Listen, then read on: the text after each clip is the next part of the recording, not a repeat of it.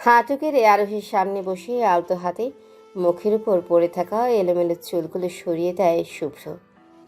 মুখে কারো শীতল হাতে স্পর্শ পেয়ে ঘুম ছুটে যায় আরোহীর। আচমকা চোখ মেলে নিজের খুব নিকটে শুভ্রকে দেখে কিছুটা ভরকে যায়।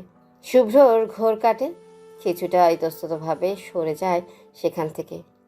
আরোহী শুভ্রকে হঠাৎ করে নিজের কাছে এবং এভাবে চলে যেতে দেখে দীর্ঘশ্বাস ফেলে। আরোহী ওয়াশরুমে চলে যায় শাওয়ার নিতে। এবার আসি পরিচয় পর্বে।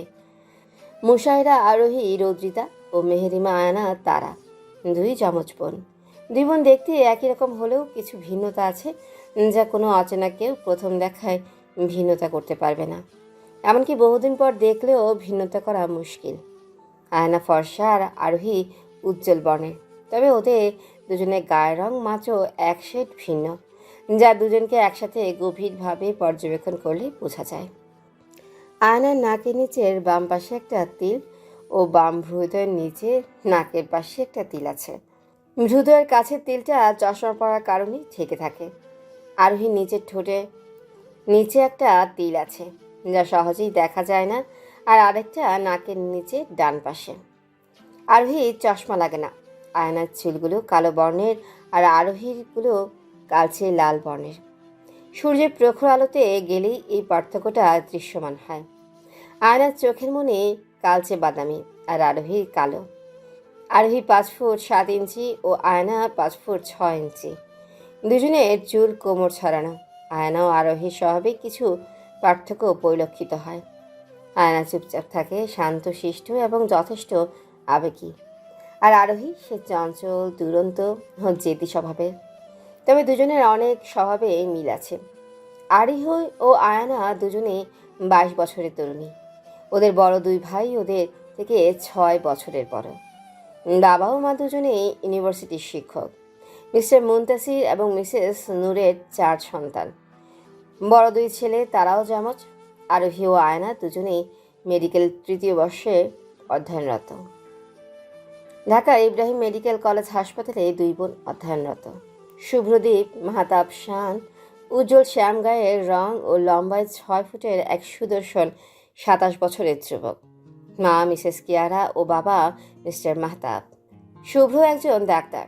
সে মাত্র 6 মাস হলো রেজিস্টার্ড ডাক্তার হয়েছে সরোয়ার্দী মেডিকেলের।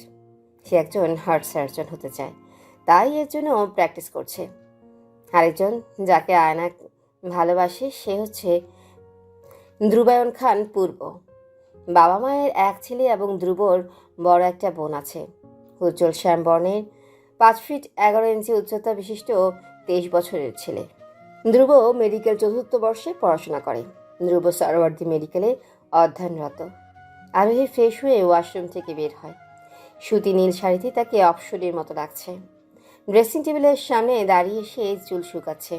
শুভ্র এতক্ষণ ব্যালকনিতে ছিল, তখন রুমে এসে আয়নার সামনে আরোহীকে দেখে আবারও একই ভুল করতে যাচ্ছিল। যখনই শুভ্র আরোহীর পেছনে যায়, তখন আরোহী শুভ্রকে আয়নার প্রতিচ্ছবি দেখে বলে, কিছু বলবেন শুভ্র ভাই? ঘোর কেটে যায় শুভ্রর। সে কিছু বলবে তার আগে আরোহী বলে, আমি জানি আপনি বারবার আমায় আয়ু ভেবে কাছে আসছেন, একই রকম দেখতে কিনা। কথাটা পড়েই তাচ্ছিল হাসে আরোহী। শুভ্র প্রতিবাদ স্বরূপ কিছু বলবে তার আগে আরোহী বলে, আপনি বলবেন যে আপনি আমায় আয়ু ভাবছেন না, কিন্তু আমি সেটা বিশ্বাস করব না। একই রকম দেখতে আমরা দুই বোন, যা পার্থক্য আছে তা সূক্ষ্মভাবে পর্যবেক্ষণ না করে বোঝা যায় না। একমাত্র কাছের মানুষরাই তা ধরতে পারে। আপনি আপনি তো আমাদের বাসায় অত যেতেন না, আর গেলেও আমাদের দুই বোনকে ব্যবহার দ্বারা পার্থক্য করতেন। আমার বোন একটু নরম স্বভাবের আর আমি কিছুটা উগ্র বলা যায়। আর আয়ানাকে সবাই খুব সহজে বুঝতে পারে, কিন্তু আমায় পারে না। মূলত আমি চাই না কেউ সহজে আমায় বুঝুক। শুভ্র চোখে মুখে গাম্ভীর্যতা ফুটিয়ে তোলে, ট্রাউজারের পকেটে 2 হাত ঢুকিয়ে বলে, তোমাদের দুই বোনকে একই রকম দেখতে বলেই আমার মা তোমার সাথে আমার বিয়ে দিয়েছে। তারা তো অন্য কাউকে ভালোবাসে, তাই যখন আমি ও আমার মা বিয়ের প্রস্তাব নিয়ে যাই তখন সে নিজের এতই খারাপ অবস্থা করেছে যে আমার মা আমার ও তারার কথা ভেবে তোমার সাথে বিয়ে ঠিক করলো। মামা মামি দুজনেই তারার সাপোর্টে ছিল, কিন্তু তোমার সাথে বিয়ে ঠিক করার আগে আমাকে একবারও জিজ্ঞাসা করলো না যে আমি তোমায় বিয়ে করতে রাজি কিনা। আরোহী দাঁতে দাঁত কেটে বলে, ও রিয়েলি? আপনার কাছ থেকে পারমিশন নেবে? আপনি সরাসরি মানা করেছিলেন এবং আপনি পূর্ব ভাইয়ার কাছে গেছেন তার সাথে দেখা করতে। কেন গিয়েছিলেন? এটা দেখতে যে পূর্ব ভাইও আপনার মধ্যে কিসের কমতির কারণে আয়ু আপনাকে ভালোবাসলো না। শুভ্র একরোখা ভাবে বলে, গিয়েছি তো কি হয়েছে? আমি কি পূর্বকে থ্রেট দিয়েছি যে তারার জীবন থেকে সরে যেতে? আরোহী শুভ্রের কথার জবাবে বলে, একদম না। আপনি থ্রেট কেন দেবেন? আপনি তো আপনার ভালোবাসা জাহির করেছেন মাত্র। তখন এটা খেয়াল করেননি যে আপনি কার সামনে বলছেন। আচ্ছা, যদি আপনার বাবা মা আয়ুর সাথে পূর্বের ভালোবাসা মেনে না নিত, তাহলে আপনি কি করতেন? শুভ্র তখন ভ্রুকুটি করে বলে, তাহলে আজকে তোমার জায়গায় তারা থাকতো, আর আমিও আমার ভালোবাসার মানুষটাকে পেয়ে যেতাম।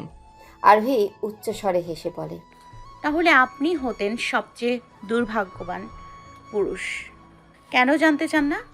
শুভ্র ভ্রু কুচকে জিজ্ঞাসা চোখে তাকায় আরোহীর দিকে। আরোহী সম্মতি পেয়ে বলে, আপনি আয়ুকে নরম মনের দেখেছেন, আয়ুকে চুপচাপ দেখেছেন, একদম আমার স্বভাবের বিপরীত চরিত্র দেখেছেন। একই চেহারার দুই বিপরীত চরিত্র আমিও আয়ু। কিন্তু আপনার কি মনে হয় না যমজ হয়ে ওদের স্বভাব পুরোটা ভিন্ন কিভাবে? মানে চেহারা তো একই, নীর ও মেঘ ভাই, এদের কিন্তু কিছু ব্যবহার মিলে যায়। তাই যখন দুই ভাইয়া একই মোড়ে থাকে তখন চেনা যায় না কোনটা কি। শুভ্র একইভাবে চোখে প্রশ্ন নিয়ে তাকিয়ে আছে। আরোহী তা দেখে মুচকে এসে বলে, আয়ু আমার একটা সবচেয়ে কমন স্বভাব। যখন কাউকে আমরা ভালোবাসি তখন তার জায়গা অন্য কাউকে দিতে পারি না। আর কেউ যখন এটাতে বাধা হয় তখন সে যতই ভালোবাসা দেখাক সে হয়ে যায় অপ্রিয়। আমরা দুই বোন কেউই মিথ্যা পছন্দ করি না। সত্য বলতে না পারলে চুপ করে থাকি, তবে মিথ্যা বলি না। শুভ্র আরোহীর কথায় জবাব দেয়, তোমারও তারার ভালোবাসায় কেউ বাধা দিচ্ছে না, তাই এসব আমায় বলে লাভ নেই। শুভ্রর রুম থেকে ধূপধাপ পা ফেলে চলে যায়। আরোহী শুভ্র যাওয়ার থেকে চেয়ে থেকে আপন মনে বলে, যেদিন আয়ু তার লুকায়িত স্বভাবকে প্রকাশ করবে সেদিন এই কথাগুলোর মানে বুঝবেন শান। আয়ু আরোহী প্রাণ, ঠিক তেমনই আরও তার আয়ুর শক্তি। আরও তার আয়ুকে এবং নিজেকে আগলে রাখে বলে আয়ুর প্রয়োজন হয় না নিজেকে প্রকাশ করার। একে অপরের শক্তি আমরা দুই বোন। আরোহী ঘড়িতে সময় দেখে নিজেকে পরিপাটি করে খাবার রুমের উদ্দেশ্যে চলে যায়। এই বাড়িতে 8:30টায় নাস্তা খায় তা তার জানা। ডাইনিং টেবিলে সবাই ইতিমধ্যেই বসে গেছে। ইলিয়ানা তার 3 বছরের মেয়েকে ঘুম থেকে তুলে ফ্রেশ করাচ্ছে, এরপর আসবে। আরোহী রান্নাঘরে তার ফুপি যে কিনা এখন তার শাশুড়ি, তার কাছে যায়। আরোহীর ফুপি আরোহীকে জোর করে ডাইনিংয়ে এনে বসায়। ডাইনিংয়ে শুভ্রর ফুপি ও হুপাতো বোন সামিরা বসে আছে। শুভ্র ফুপি আরোহীকে বসতে দেখে মুখ পাকিয়ে বলে, নতুন বউ কোথায় শ্বশুরবাড়িতে তাড়াতাড়ি ঘুম থেকে উঠে সকলের জন্য নাস্তা বানাবে, তা না করে সরাসরি নাস্তা খেতে এসেছে। রিয়ানা নিজের মেয়েকে নিয়ে মাত্র ডাইনিংয়ে আসলো, আর এসে এরূপ মন্তব্য শুনে রাগ উঠে যায়। সে জানে তার ফুপি চেয়েছিল সামিরাকে এই শুভ্র বউ বানাতে। তাই রিয়ানা বলে, আরে ফুপি, তুমিও না এখন ওসব কেউ মানে নাকি? আর আরোহী তো আমাদের পর না, সে তো আমাদের বাড়ির মেয়ে। আরোহী তাও কিন্তু রান্নাঘরে গিয়েছিল মাকে সাহায্য করতে। আর স্বামীরাকে দেখো, সে কি পারতো না? সকাল থেকে আমি যেমন মাকে কাজে সাহায্য করেছি তেমনি সেও আমার সাথে একটু কাজে হাত লাগাতো। কিন্তু স্বামীরার কি সেই ফুরসত আছে বলো? হাতে পায়ে ম্যানিকিওর প্যানিকিওর করে পটের বিবির মতো সোফায় বসে বসে ফোন চালাচ্ছে। সামিরা এসব শুনে জবাব দিবে তার আগেই শুভ্রর ফুপি মেয়ের সম্পর্কে এমন কথা শুনে ফুঁসে উঠে বলে, আমার মেয়ে কি এখানে কাজ করতে এসেছে নাকি? সে কি বাড়ির বউ যে এসব কাজ করবে? শুভ্রর বিয়ের জন্য এসেছি আমরা, আর তোরা আমাদের কাজ না করার খোঁটা দিচ্ছিস?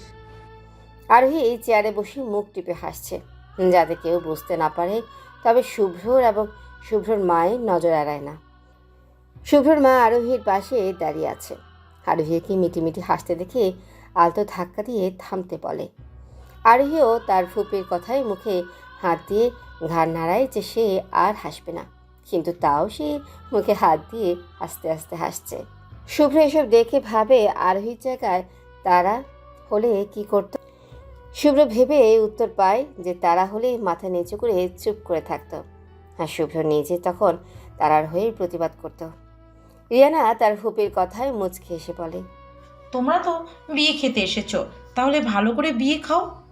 আমার ভাইয়ের বউকে এভাবে কথা শোনার কি আছে বলো?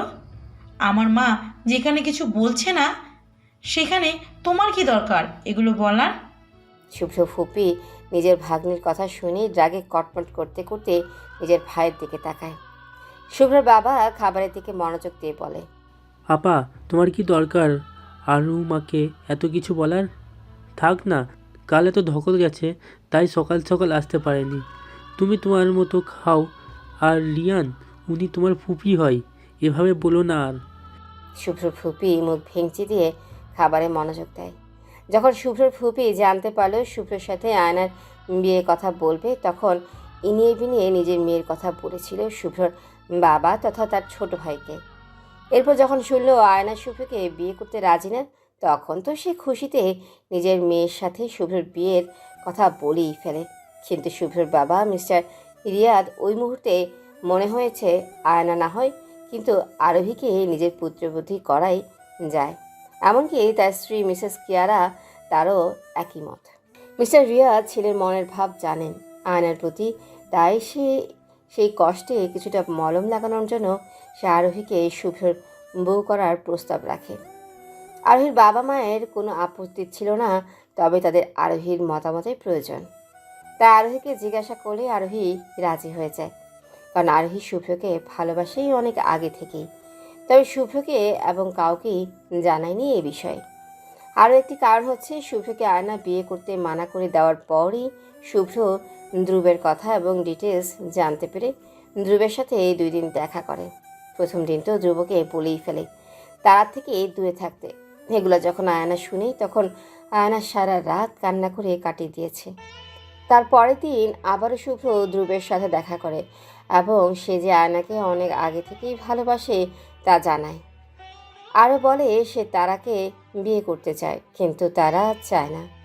এগুলো যখন আরোহী জানতে পারে এবং তার সাথে এটাও যে শুভ্রর বাবা মা তাকে শুভ্রর বউ করতে চায়, তখন আরোহী আর মানা করেনি। আরোহী রাজি হয়ে যায় বিয়েতে। নিজের ভালোবাসার মানুষটাকে অপ্রত্যাশিতভাবে পেয়ে যাবে এবং নিজের বোনের ভালো থাকা নিশ্চিত হবে। ধ্রুব এদিকে আয়নাকে ফোন করেছে। ধ্রুবতারা, আয়না কল রিসিভ করে ধ্রুবের মুখ থেকে ধ্রুবতারা সম্বোধন শুনে তার সব চিন্তা যেন হাওয়া হয়ে যাচ্ছে। ধ্রুবতারা, কিছু বলো। আরোর জন্য তোমার চিন্তা হচ্ছে?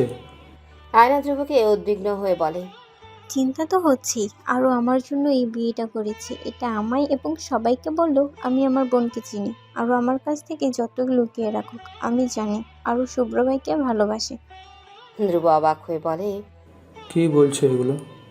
আরও শুভ্র স্যারকে ভালোবাসে? কীভাবে? আরুকে তো কখনো শুভ্র স্যারকে নিয়ে কিছু বলতে দেখিনি।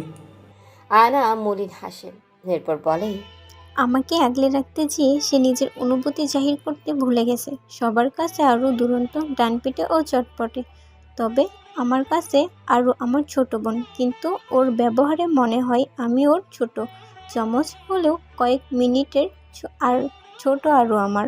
আর আরও আমাকে আগলে রাখে একজন বড় বোন যেভাবে তার ছোট বোনকে আগলে রাখে, সেভাবে। আমার জন্য সে ভালোবাসা পাবে না জেনেও শুভ্র ভাইকে বিয়ে করেছে। তবে আরোহী নিজেই শুভ্র ভাইকে ভালোবাসে।